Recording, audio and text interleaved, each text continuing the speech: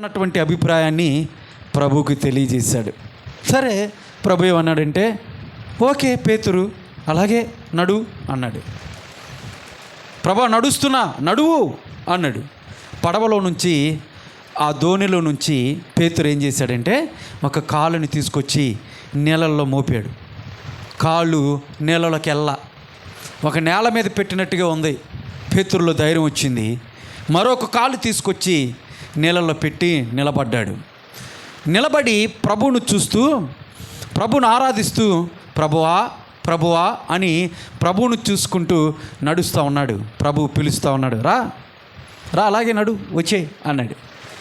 పేతురు నడుచుకుంటూ ప్రభు దగ్గరికి వెళ్తూ ఉన్నప్పుడు మధ్యలోకి వచ్చిన తర్వాత పేతురు దిక్కులు చూడటం ప్రారంభించాడు. అంటే ప్రభు వైపు తన దృష్టిని ఉంచాల్సినటువంటి పేతురు ఇప్పుడు తన తలని పక్కకి తిప్పేశాడు. దిక్కులు చూశాడు, అటు ఇటు చూశాడు. అటు ఇటు ఎప్పుడైతే చూడటం ప్రారంభించాడో పేతురు వెంటనే మునిగిపోవటం ప్రారంభించాడు. నీళ్ళల్లో మునిగిపోతూ ఉన్నాడు. నీళ్ళల్లో మునిగిపోతూ ఉన్నప్పుడు పేతురు పలికినటువంటి మాట, ఇంకక్కడ చాలా విషయాలు మనం చెప్పుకోవచ్చు. కానీ పేతురు యొక్క మనస్సు అప్పుడు ఎలా ఉంది, అక్కడ జరిగినటువంటి సంఘటన అన్నీ కూడా ఒక ప్రసంగం మనం చెప్పుకోవచ్చు. కానీ వాటి గురించి నేను చెప్పడానికి కాదు, కానీ మాట మీకు తెలియజేస్తోంది. ఒక విషయాన్ని మీ ముందుకు తీసుకురావాలని ఈ సంఘటన మీ ముందుకు తీసుకొచ్చా. ఈ విషయంలోనే ఇప్పుడు పేతురు మునిగిపోతూ ఉన్నప్పుడు పేతురు 2 చేతులు పైకెత్తి ఆల్మోస్ట్ మునిగిపోతూ ఉన్నాడు. తల కూడా మునిగిపోయింది, నెలలో మునిగిపోయాడు. మునిగిపోతున్నప్పుడు ఒక వ్యక్తి ఏం చేస్తాడు, తల అలా మునిగి పైకి తేలుతూ ఉంటాడు, మునిగి పైకి తేలుతూ ఉంటాడు కదా, నెలలో మునిగేతాడు. ఒకసారి మునిగాడంటే ఇక బయట రాడని అంటాం కాదు, అలా మునిగిల పైకి వస్తూ ఉంటాడు. ఇలాగా మునుగుతూ ఉన్నప్పుడు పేతురు 2 చేతులు పైకెత్తి, ప్రభువా నన్ను రక్షించు, నేను నాశనం అయిపోతున్నాను ప్రభువా నన్ను రక్షించని కేకలు వేశాడు. ఇప్పుడు ప్రభు పేతురుని చూసి, పేతురు ఎందుకయ్యా నా వైపే చూస్తూ ఉన్నావు కదా, ఎందుకు నీవు తల తిప్పుకున్నావు, ఎందుకు అంత కర్మ నీకు, ఎందుకు అలాంటి ఆలోచన చేసావు, ఎందుకు నువ్వు ఉదయాన్ని ఆ విధంగా నువ్వు మార్చేసుకున్నావు అని, బుద్ధిహీనుడా మూర్ఖుడా ఎంత పని చేసావురా నువ్వు అన్నట్టుగా మనం మాట్లాడుతున్నట్టుగా దేవుడు మాట్లాడలా. ఒకవేళ ఆపదలో నీ ముందు ఉన్నప్పుడు మనం ఏం చేస్తాం తెలుసా, వాడికి సహాయం చేయకపోగా మన మాటలు ఎలా ఉంటాయి తెలుసా, వాడు బుద్ధి ఎంత తెచ్చుకున్నాడండి, వద్దన్నామండి చెప్పామో వినలేదు, ఎలా చెప్పారా నీకు అంటే, ఒక యాక్సిడెంట్లో ఈడేదో బైక్ స్పీడ్గా నడుచుకుంటూ వెళ్తున్నాడు కుర్రాడు, నీ ముందే సడన్గా కదా, కొంతమంది చూడండి ఎలా దూసుకుని వెళ్ళిపోతారు, మనకు భయం వచ్చింది. ఆ గాలికి ఆ శబ్దానికి వాడు అంత స్పీడ్గా వెళ్తారు. ఈ రోజున యవనస్తులు అంత స్పీడ్గా వెళ్తున్నారు బైకుల మీద, పెద్ద పెద్ద బైకులు. ఈ బైక్ మీద వెళ్తున్నప్పుడు మన గుండె గుబేలమంటది ఆ స్పీడ్కి, ఎవరు గుద్దేసినట్టుగానే అన్నట్టుగా. వీడు వెళ్ళి దేనికో తగులుతాడు, డామును పడ్డాడు మన కళ్ళ ముందే ఆడు రక్తం అడుగులో కొట్టుకుంటున్నాడు. వీడేం చేస్తాడు తెలుసా, గబగకి వెళ్ళి, యారా ఎందుకురా స్పీడు చూసావు ఇప్పుడు ఏమైందో అని చెప్పాలా, లేదంటే అంబులెన్స్కి ఫోన్ చేసి 108కి ఏమండి ఇక్కడ యాక్సిడెంట్ జరిగింది తొందరగా రావాలండి మీరని చెప్పేసి ఫోన్ చేస్తే వాళ్ళు వచ్చేటట్టుగా ఇతను హెల్ప్ చేయాలా, ఏం చేయాలా, 108కే ముందు ఫోన్ చేయాలా. అంతేగాని చక్కగా అక్కడ కూర్చొని ఒక రాయి తెచ్చుకొని ఆడు కూర్చొని ఆ రక్తం అడుగులో కొట్టుకుంటా ఉంటుంటే తీరిగ్గా ఆడి దగ్గర కూర్చొని, ఎరా ఎందుకు అంత స్పీడ్ అంటే ఏమైనా ప్రయోజనం ఉందా, లేదు. ఆడు చేసిన తప్పే, ఆడంత స్పీడ్లో రాకూడదు. అయితే అక్కడ ప్రాణాలు పోతని నువ్వు అలాంటి స్పీచ్ ఇవ్వటానికి అక్కడికి సలహాలు ఇచ్చేటువంటి సమయం కాదు అది. ముందు వాడిని కాపాడాలా, అది నేను ఇందాక చెప్పింది కూడా. ముందు వాడిని కాపాడాలా, తర్వాత వాళ్ళ జీవితాల గురించి నువ్వు చెప్పాలా. యా ఎందుకురా చూసావా అని వాడు బ్రతికిన తర్వాత నువ్వు వాడికి కొన్ని సూచనలు ఇవ్వచ్చు, సలహాలు ఇవ్వచ్చు, వాడి గురించి ప్రార్థన చేయొచ్చు. అంతేగాని వాడు అలా కొట్టుకుంటా ఉంటుంటే ప్రాణాపాయ స్థితిలో నువ్వు వాడికి సలహాలు ఇచ్చుకుంటా వాడికి సహాయం చేయకపోగా ఇలాంటి సందేశాలు ఇవ్వటానికి కాదు, వాడిని రక్షించాలి ముందు నువ్వు. యేసు ప్రభు అదే చేశాడు. పేతురు మునిగిపోతున్నప్పుడు సలహాలు ఇవ్వలా, ఇలాంటి మైకి పట్టుకొని బాబు ఎందుకురా అని చెప్పేసి ప్రసంగాలు చేయలా. ముందు మునిగిపోతున్నటువంటి వాడిని కాపాడాలా. బహుశా ఆడు మునిగిపోతూ ఉంటుంటే దేవుడు ఇలాగ చెప్తా ఉంటుంటే యేసుప్రభు ఇలాంటి మంచి మాటలో చెప్తా ఉన్నాడు అనుకో, కాసేపట్లో ఆడు మునిగి చచ్చిపోతాడు. వాడికి ముందు చేయించాలా, చేయి అందించాలా, వాడికి సహాయం చేయాలా, వాడిని రక్షించాలా, ఆ తర్వాత ఏది చెప్పాలన్నప్పటికీ. కాబట్టి దేవుడు ఏం చేశాడు తెలుసా, ముందు వెంటనే ప్రభువా నన్ను రక్షించయ్యా నేను నాశనం అయిపోతున్నానని పేతురు ఎప్పుడైతే చెప్పాడో ప్రభు ముందు చేయి ఇచ్చాడు. చెయ్యి ఇచ్చి పేతురుని పైకి లాగాడు. దేవుని స్తోత్రం కలుగును గాక. మన దేవుడు నువ్వు నాశనం అయిపోతా ఉంటుంటే అలా చూసి ఏదో సలహాలు ఇచ్చి 2 మాటలు మంచి మాటలు చెప్పి వెళ్ళిపోయే దేవుడు కాదు. దానివల్ల ప్రయోజనం లేదు. మనకి ఏది ప్రయోజనమో దేవుడికి తెలుసు. కాబట్టి ముందు నీ ఆపదలో నుండి ఆయన నిన్ను కాపాడుతాడు. నువ్వే ఆపదలో ఉన్నావో ఆ ఆపదలో నుండి నిన్ను కాపాడి రక్షించిన తర్వాత తన బోధన ఆయన చెప్తాడు, తన మంచి మాటలు వినిపింపచేస్తాడు. కాబట్టి ప్రియ సహోదరి సహోదరుడా, ముందు నువ్వు ఆపదలో ఉన్నటువంటి వారిని నువ్వు కాపాడాలా, రక్షించాలా, వాళ్ళ సమస్యలు ఏంటో కనుక్కొని చేతనైతే వాళ్ళకి సహాయం చేయాలా. సహాయం చేసిన తర్వాత నువ్వు వారికి 2 మాటలు చెప్పు, వాళ్ళు వింటారు. అంతేగాని చేతులు కట్టేసుకొని నాది కాదులే ఈ సమస్య అన్నట్టుగా నువ్వు ఉండకూడదు. క్రైస్తత్వ లక్షణం కానే కాదు. ఇక్కడ గమనించండి, భక్తుడు రాస్తూ ఉన్నాడు, నీవు నా పక్షముగా ఉన్నప్పుడు, నిజముగా నువ్వు నా పక్షముగా ఉన్నప్పుడు నా కార్యాలు నువ్వు సఫలీకృతము చేస్తావు ప్రభువా అని భక్తుడు చెప్తా ఉన్నాడు. బైబిల్ గ్రంథంలో ఒక విషయాన్ని చెప్పి నేను ముగిస్తాను, జాగ్రత్తగా ఆలకిస్తే. నిర్గమాకాండము 14వ అధ్యాయము 14వ వచనాన్ని చదువుకుందాం. నిర్గమాకాండము 14వ అధ్యాయము 14వ వచనం. అక్కడ ఒక ఇన్సిడెంట్ జరిగింది. బైబిల్ గ్రంథంలో చరిత్రలో ఒక పెద్ద అద్భుతము ఏదైనా ఉందంటే దేవుడు చేసినటువంటి మహా అద్భుతము. యెహోవా నీ పక్షమున యుద్ధము చేయును,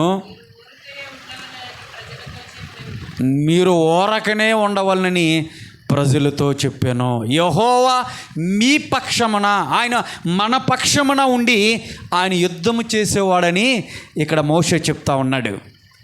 అదే అధ్యాయం 25వ వచనంలో కూడా చదువుతాం. 25వ వచనం, వారి రథ చక్రములు ఊడిపడినట్లు చేయగా వారు బహు కష్టపడి తోలుచుండ్రి. అప్పుడు ఐగుప్తీయులు ఇశ్రాయేలుల ఎదుట నుండి పారిపోద్దాం రండ్రో అని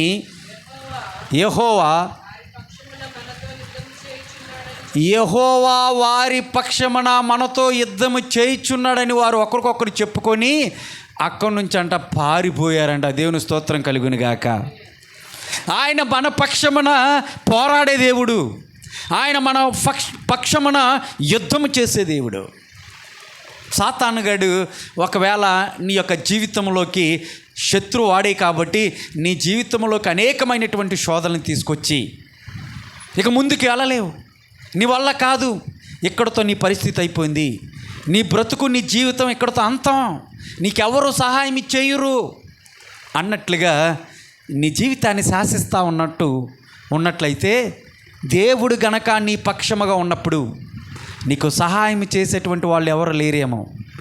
నా అన్నటువంటి వాళ్ళు ఒక్కొక్క తప్పుడు నేనున్నాను, నీకేం భయం లేదు అన్నటువంటి వాళ్ళు నువ్వు ఆపదలో ఉన్నప్పుడు నాకెందుకులే అని నిన్ను పట్టించుకోకుండా దాటిపోయేటువంటి వారుగా ఉండొచ్చేమో. అయ్యో నేను బాగున్నప్పుడు నాకు సహాయం చేస్తానన్నాడు కదా ఈ వ్యక్తి, నేనున్నానని పలికాడు కదా, తీరా చూస్తే నా ఆపద సమయంలో నా పక్షాన లేకోకుండా వెళ్ళిపోతున్నాడు పట్టించుకోకుండాని నీ హృదయంలో బాధ ఉండొచ్చు.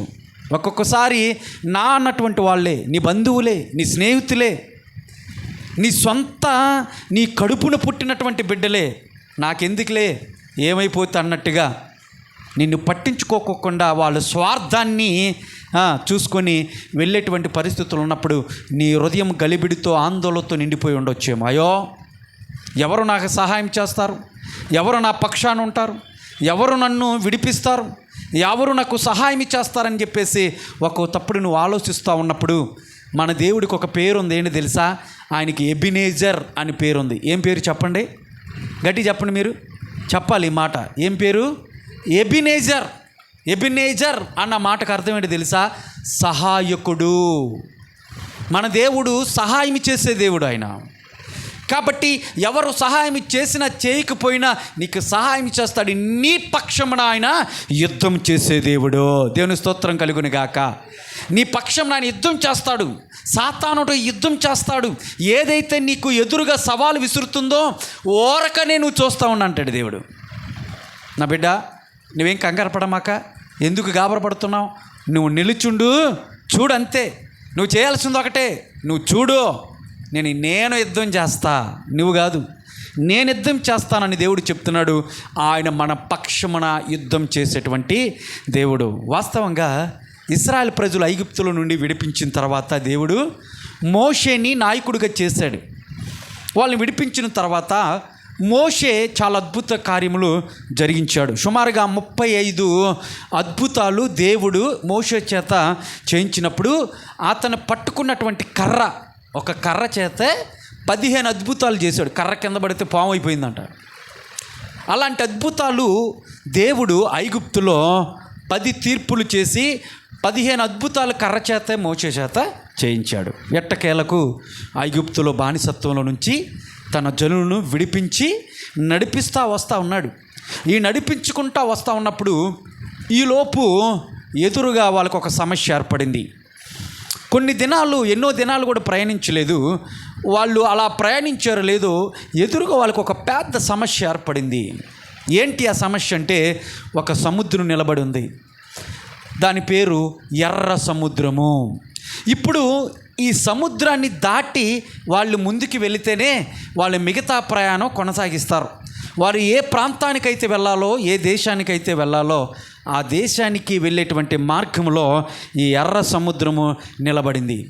నువ్వు నన్ను దాటలేవు, నువ్వు నన్ను దాటి వెళ్ళలేవు అన్నట్టుగా ఒక పెద్ద సవాలుగా ఎర్ర సముద్రం వాళ్ళ ముందు నిలబడింది. ఇశ్రాయేలు ప్రజలందరూ కూడా సనుక్కుంటూ ఉంటారు, అయ్యో ఎలాగ వెళ్ళాలి, మనం ఈ సమస్యను ఎలా దాటాలి, ఈ ఎర్ర సముద్రాన్ని మనం ఏ విధంగా దాటుతాం? చిన్నపిల్లలు ఉన్నారు, వృద్ధులు ఉన్నారు, నడవలేనటువంటి పరిస్థితుల్లో ఉన్నటువంటి వాళ్ళు ఉన్నారు, గర్భిణీ స్త్రీలు ఉండొచ్చు. ఎలాగ వెళతాం? గొడ్డు గోద అన్నీ కూడా సకల సంపదతో ఐగుప్తుల నుంచి వీళ్ళు బయలుదేరారు. ఎంతమంది? సుమారుగా చెప్తే 20 లక్షల మంది. కాల్బలం అంటే 20 లక్షల మంది అంటే మీరు గమనించండి ఎంత పెద్ద. ఈ విజయవాడతో కలుపుకుంటే 4 వంతులు ఉండొచ్చేమో. అలాంటి మహాసైన్యముగా వాళ్ళందరూ బయలుదేరినప్పుడు ఏ విధంగా దాటాలని వాళ్ళందరూ కూడా భయంతో వణికిపోతూ ఉన్నారు. భయంతో ఎందుకు వణికిపోతున్నారు తెలుసా? వెనకాల ఫరో సైన్యం బయలుదేరింది. పంపించినట్టుగా పంపించాడు ఫరో. ఇప్పుడు మళ్ళీ కట్టిన పరుచుకొని ఏం చేస్తున్నాడు తెలుసా? అరే ఎందుకు వాళ్ళని విడిపెట్టామో? లేదు, మళ్ళీ వాళ్ళని పట్టుకొని మన బానిసలుగా తీసుకురావాల్సిందే. అంతమందిని, కొన్ని లక్షల మందిని ఎందుకు వదిలేసామో? లేదు వాళ్ళు పట్టుకుందాం అని చెప్పేసి మళ్ళీ ఫరో సైన్యము, ఫరోతో పాటు 600 రథములంట. ఆ చక్రాలు బంగారంతో పూయబడినటువంటి చక్రాలు అవన్నీ కూడా. చెక్కకి, ఆ గట్టి చెక్కకి బంగారపు పోత అంటే ఆ రేకుల్ని చుట్టేసి, ఇప్పుడు మనకి ఎడ్లు ఉన్నాయనుకో, ఎడ్లు బండి ఉంటుంది. ఎడ్లు బండికి మధ్యలో ఎన్ని ఉంటాయి? అడ్డుకర్రలు ఉంటాయిగా. ఎన్ని ఉంటాయి? 4 ఉంటాయి అనుకుంటా కదా, 4, 5 ఉంటాయి. అయితే వాళ్ళు వాడినటువంటి రథ చక్రాలకి 3 కమ్మిలు ఉంటాయి. 3 ఉంటాయి. ఆ 3 కమ్ములు చుట్టూ కూడా బంగారపు రేకుల్ని వాళ్ళు పొదిగించి, ఆ రేకులు స్ట్రాంగ్గా ఉంటాయి. అలాంటి రథచక్రాలు, బంగారపు రథచక్రాలు ఫరో దగ్గర 600 మంది బయలుదేరారు. మళ్ళీ తిరిగి ఇశ్రాయేల్ని బానిసలుగా పట్టుకోవాలని వెనకాల వాళ్ళు తరుముకుంటూ వస్తూ ఉన్నారు. ముందు చూస్తేనేంటో ఎర్ర సముద్రం, వెనక చూస్తేనేంటో ఫరో సైన్యం మళ్ళీ పట్టుకోవటానికి వస్తూ ఉన్నారు. చుట్టూ చూస్తేనేంటో ఈ సైడు పెద్ద పెద్ద కొండలు ఉన్నాయి. ఎటు కదలలేనటువంటి పరిస్థితి. అయిపోయింది మన పరిస్థితి. ఇక మనం మళ్ళీ తిరిగి బానిసలుగా వెళ్ళాల్సిందే. బహుశా మనల్ని చంపేయచ్చేమో, కొంతమందిని తీసుకొని వెళ్ళిపోతారేమో అని ఇప్పుడు నాయకుడైనటువంటి మోషే మీద సనుగుతున్నారు ఇశ్రాయేలు ప్రజలు. ఏమయ్యా, అందుకైనా మమ్మల్ని తీసుకొచ్చావు, మమ్మల్ని ఇక్కడ చంపేయటానికైనా తీసుకొచ్చావు, ఇంకేం వెళ్తాం ముందుకి? ఈ సముద్రాన్ని దాటి వెళ్ళగలమా? ఇది సాధ్యపడే పనేనా? ఇది అవ్వదు కదా. ఇదిగో వెనక తిరుగు, అదిగో వచ్చేస్తానున్నారు, అయిపోయింది మన పరిస్థితి అని వాళ్ళందరూ కూడా మోషే మీద సనుగుతూ ఉన్నారు. ఈ సమస్యను చూసి మోషే సమస్య వైపు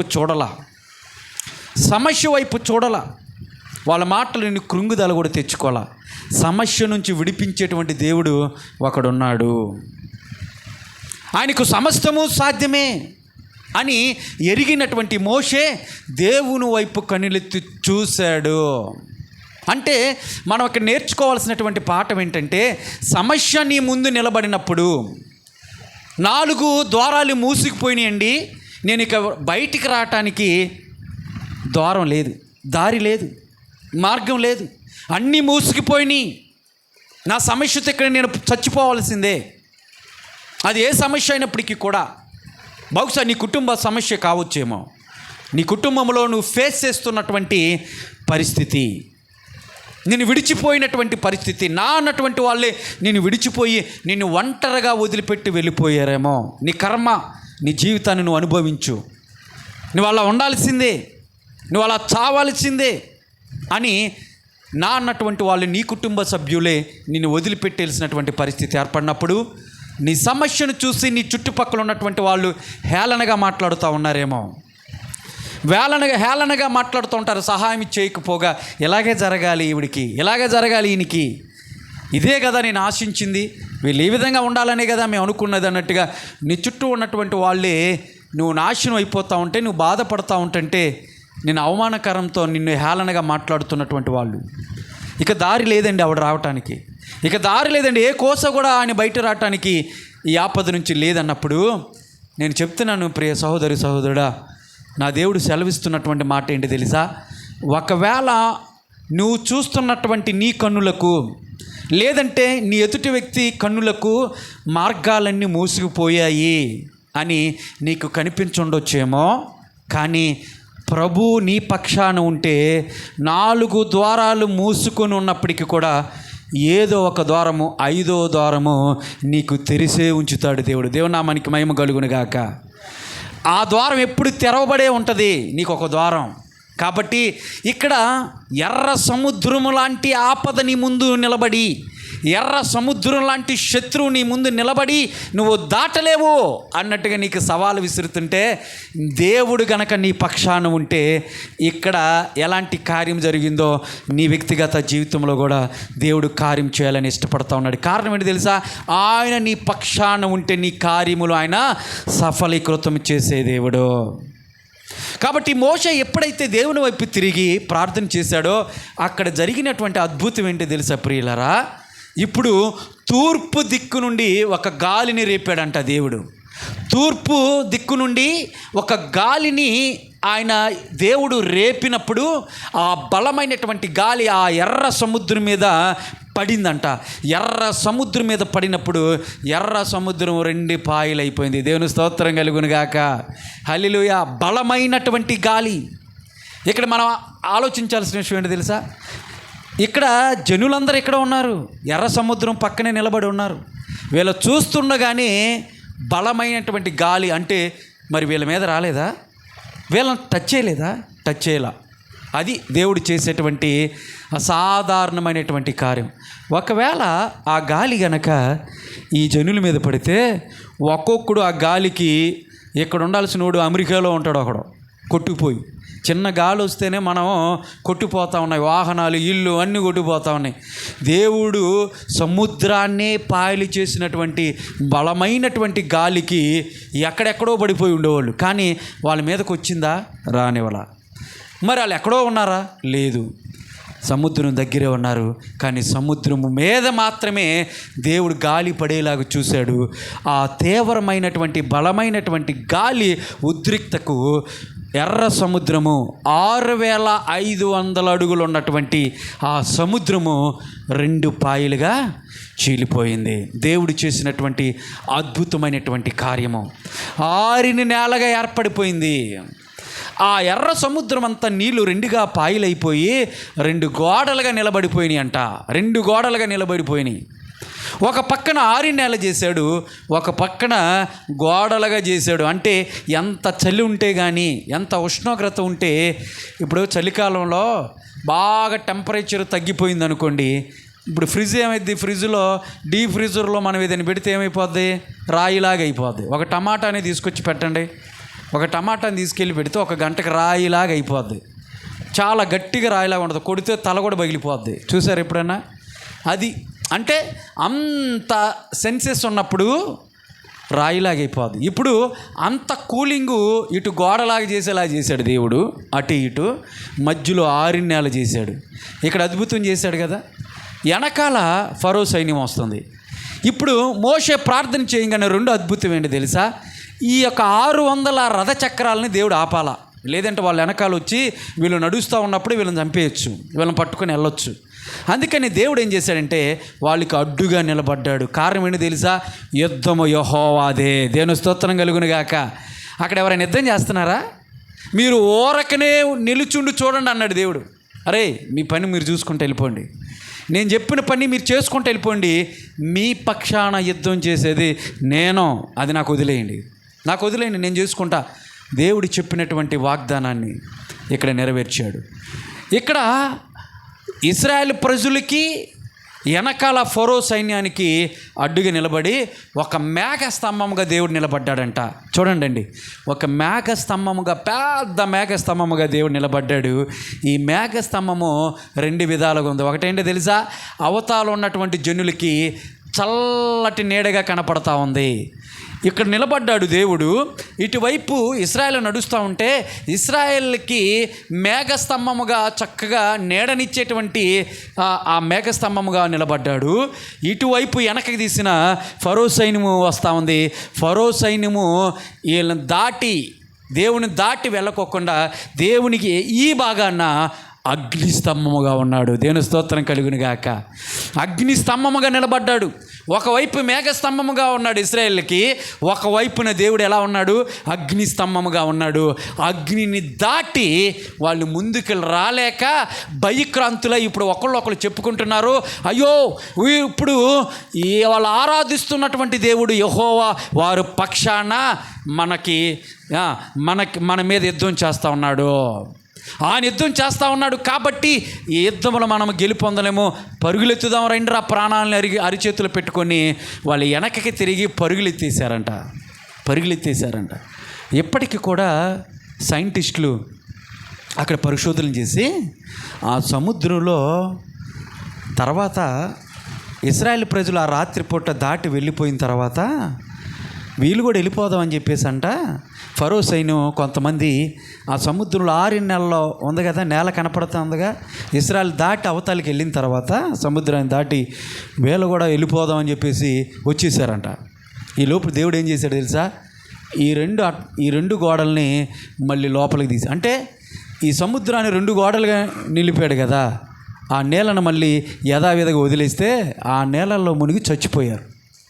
నిజంగా ఈ సంఘటన జరిగిందా లేదని సైంటిస్టులు ఆ ఎర్ర సముద్రంలో దిగి పరిశోధన చేస్తే ఈరోజు ఆ ఫరో రథాలు ఏవైతే ఉన్నాయో బంగారపు రథాలని 3 రెమ్మలు కలిగినటువంటి ఆ రథాలని వాళ్ళు కనుక్కున్నారు. ఆ రథాలను బయటికి తీశారు. ఇప్పుడు ఆ రథాలను బయటికి తీశారు. మొదటిది. రెండోది, దేవుడు అగ్నిస్తంభముగా ఉన్నప్పుడు అక్కడ ఉన్నటువంటి రాళ్ళన్నీ కూడా నల్లగా మాడిపోయినాయి అంట. ఒక అగ్నిలో కనుక మనం రాళ్ళు వేస్తే ఏమైపోతాయి? నల్లగా మాడిపోతాయి కదా. అగ్ని స్తంభంగా దేవుడు ఆ రోజు నిలబడ్డాడు కాబట్టి అక్కడ ఉన్నటువంటి రాళ్ళన్నీ కూడా నల్లగా అయిపోయినాయి అంట. ఇప్పుడు కూడా వెళ్ళి చూసి వస్తూ ఉన్నారు. ఇది జరిగినటువంటి సత్యం, ఇది దేవుడు చేసినటువంటి కార్యమని ఈ రోజున చాలామంది అక్కడ చూసి వస్తూ ఉన్నారు. ఏదో ఈ కథల్లాగా చెప్పుకునేటువంటి విషయం కాదు ఇది. ప్రియులారా, గమనించి నేను ముగిస్తూ ఉన్నాను. దేవుడు మన పక్షాన ఉంటే ఆయన యుద్ధం చేసే దేవుడు, మన పక్షాన్ని యుద్ధం చేసే దేవుడు.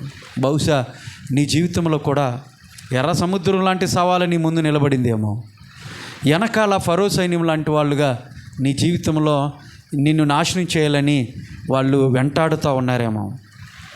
చూడండి, యోసేపు జీవితంలో కూడా ఇదే జరిగింది. సొంత కుటుంబస్తులే, సొంత అన్నలే, 19 సంవత్సరాలు కలిగినటువంటి యోసేపుని చంపాలని సొంత అన్నదమ్ములే, ఒక తండ్రికి పుట్టినటువంటి వాళ్ళే, సొంత అన్నలే యోసేపుని చంపాలనుకున్నారు.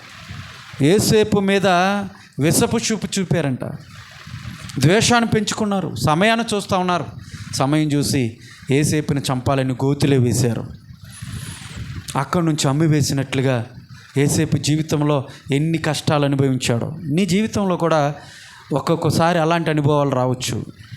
నీవు నమ్ముకున్నటువంటి వాళ్ళే, నీ భర్తే కానీ, నీ భార్య కానీ, లేదంటే నీ బిడ్డలే కానీ, నీ కడుపును పెట్టిన బిడ్డలే కానీ, ఎవరైతే ఉన్నారో వాళ్ళు కూడా యోసేపుని సొంత అన్నలే ఏ విధంగా అయితే ఆ గోతిలో వేసి విషపు చూపుని చూపించారో ఆ విధంగా నీ పట్ల అలాగే చూపిస్తూ ఉన్నారేమో. చెప్పుకోలేకపోతున్నావేమో ఎవరికి కూడా, అయ్యో నా భర్త ఎలా చేశాడే, లేదా నా భార్య ఎలా చేశాడే, నా కడుపుని బిడ్డలు ఇలాగా నన్ను హీనంగా చూస్తున్నారే, విషపు చూపు నా మీద చూస్తూ ఉన్నారే, ఏంటి దౌర్భాగ్యమైనటువంటి పరిస్థితి అని బహుశా నువ్వు కూడా హృదయంలో కలవరపడుతూ ఉన్నావేమో. యోసేపుని మొదట గోతులు వేసినటువంటి వాళ్ళు కొట్టి తర్వాత యోసేపుని అమ్మి వేశారు. ఎక్కడికి వెళ్తున్నాడో తెలియడు. ఒక్కొక్క శ్రమ ఆయన అనుభవిస్తున్నప్పుడు ఆయనకి తెలియనటువంటి విషయం ఏంటి తెలుసా? దేవుడు ఆయన పట్ల ఉన్నాడని. యోసేపు ఒక్కొక్క అడుగు వాళ్ళు హింసిస్తూ ఉంటుంటే ఒక్కొక్క శ్రమ, ఆ శ్రమలలో నుండి యోసేపు వెళ్ళాడు. ఒకరోజుని దేవుడు ఏం చేశాడు తెలుసా? రాజుగా చేసి సింహాసనం మీద కూర్చోబెట్టాడు. నీకు శ్రమ ఎదురుగానే ఉంటుంది, కానీ ఎలా దాటగలను అనుకుంటావు. ఇక ఆ శ్రమ నుంచి నేను వెనక్కి వెళ్ళిపోవటం మంచిది అనుకుంటావేమో, కానీ ప్రభు ఆ శ్రమను నీకు అలాగే ఉంచి శ్రమలో నుండి నిన్ను దాటి వెళ్ళేలాగా చేస్తాడు. ఎర్ర సముద్రం ఉంది, కానీ మోషేకి సముద్రం ఉందని వేరే రూట్ని వెళ్ళని దేవుడు చెప్పలా. ఆ సమస్యలో నుంచే ఒక జవాబును దయచేసి ఆ సమస్యలో నుండి ఒక అనుకూలతను దేవుడు వారికి అనుగ్రహించి అందులో నుంచి, సమస్యలో నుంచి ఆయన ఒక దారిని ఏర్పాటు చేసి, 6 నెలలను ఏర్పాటు చేసి సమస్యను దాటే విధంగా దేవుడు చేశాడు. నీ జీవితంలో నీ ముందున్నటువంటి ఆ సమస్యను కూడా ప్రభు ఏం చేస్తాడు తెలుసా? ఆ సమస్యని ఏ విధంగా అయితే దాటాలో ఆ శక్తిని ఇస్తాడు. కారణం ఏంటంటే ఆయన నీ పక్షాన ఉన్నాడు కాబట్టి నీ యొక్క కార్యాలను ఆయన సఫలీకృతం చేస్తాడు, ఖచ్చితంగా చేస్తాడు. వాగ్దానం చేసినటువంటి దేవుడు నమ్మదగినటువంటి దేవుడు. బైబిల్ గ్రంథంలో 12,000 వాగ్దానాలు దేవుడు చేశాడు. ఆ వాగ్దానాలన్నిటిని కనుక మనము ప్రభువా నా జీవితంలో నెరవేర్చవా అని నువ్వు అడిగినట్లయితే, ఎక్కడైతే దేవుడు వాగ్దానాలు చేశాడో ఆ వాగ్దానాల మీద నీ చేయి పెట్టుకొని ఈ వాగ్దానాన్ని నా జీవితంలో నెరవేర్చు ప్రభు అని నువ్వు ప్రార్థన చేస్తే దేవుడు ఖచ్చితంగా ఆ వాగ్దానాలను నీ జీవితంలో నెరవేర్చి నీకున్నటువంటి సమస్యను, నీకున్నటువంటి ప్రతికూల పరిస్థితి, నీకున్నటువంటి ఒక బరువైనటువంటి భారముగా ఏదైతే నువ్వు అనుభవిస్తున్నావో వాటన్నిటిని తీర్చి నిన్ను ఉన్నతమైనటువంటి స్థలంలో నిలబెట్టి అనేకమైనటువంటి వారికి నిన్ను మాదిరికరంగా చూస్తూ ఆయన మహిమార్థమై దేవుడు నిన్ను వాడుకుంటాడు. నమ్ముతున్నవి మాటని? దేవుడు నీ పక్షాన ఉంటే, దేవుడు నీ పక్షాన ఉంటే నీకు అసాధ్యమైనదంటూ ఏమీ ఉండదు. సమస్తమును సాధ్యపరిచే దేవుడు. అందుకని పౌలు అంటాడు, నన్ను బలపరచువాడు యందు నేను సమస్తమును చేయగలను. నా వల్ల అయితే కాదు, నా వల్ల అయితే నేనేం చేయలేను, నేను శక్తిహీను, నేను బలహీనును, కానీ సమస్తము చేస్తాను. ఎప్పుడో తెలుసా? నన్ను బలపరచువాని యందు నేను, నన్ను బలపరిచేది ఆయన బలపరిస్తే నేను అన్నీ చేయగలను, దేనినైనా చేయగలను అని పౌలు చెప్పాడు. ఇక్కడ భక్తుడు చెప్తున్నాడు, మనకు సమాధానం ఇచ్చేటువంటి దేవుడు ఆయన, సజీవుడైనటువంటి దేవుడు ఆయన, నిజమైనటువంటి దేవుడు. కాబట్టి ఆ దేవుడు మన పక్షాన ఉంటే ఆయన మన కార్యాలని సఫలీకృతం చేస్తాడు. సఫలీకృతం చేస్తాడా అంటే ఇక్కడ మనం చూసాము, ఎర్ర సముద్రమును ఏ విధంగా అయితే దాటి వెళ్ళేలాగా దేవుడు సాధ్యపరిచాడో, ఫరో సైన్యాన్ని ఆపి వారి పట్ల, జనుల పట్ల, ఇశ్రాయేలు పట్ల దేవుడు వాళ్ళ పక్షాన ఉన్నాడు కాబట్టి యుద్ధం చేసి వాళ్ళని ఆ సమస్యల నుంచి ముందుకి కొనసాగించేవాడుగా దేవుడు చేశాడు. కాబట్టి మన పక్షాన దేవుడు ఉన్నప్పుడు మనము కూడా సమస్తమును ఆయన సఫలీకృతం, మనందరి జీవితాల్లో గొప్ప జై జీవితాన్ని దేవుడు ఇవ్వడానికి ఇష్టపడతా ఉన్నాడు. కాబట్టి దేవుని ప్రార్థిద్దాం, హృదయపూర్వకంగా ఆయన్ని ఆరాధిద్దాం. కళ్ళు మూసుకోండి, ప్రార్థన చేసుకుందాం. ప్రేమ నమ్మకమైన మా పరలోకపు తండ్రి, నీ ఘనమైన పాదములకు వందనములు, స్తుతులు, స్తోత్రములు. విత్తిన విత్తనమును ప్రభా ఫలింపచేయండి. భక్తుడు చెప్పినట్లుగానే మీరు మా పక్షాన ఉంటే మాకు విరోధి ఎవరు ప్రభువా? మేము అనుకున్నటువంటి కార్యాలు ఏవైతే ఉన్నాయో అయ్యా, మా జీవితంలో మాకున్నటువంటి సవాళ్ళు, మాకున్నటువంటి ప్రతికూల పరిస్థితి, మాకున్నటువంటి ప్రతి ఒక్క సమస్య నాయనా, మేము వాటన్నిటిలో నుంచి విడిపింపగలము. వాటన్నిటినీ దాటి వెళ్ళేవారుగా మేము ఉండగలం. ఎప్పుడంటే నువ్వు యుద్ధం చేసే దేవుడు నువ్వు మాత్రమే.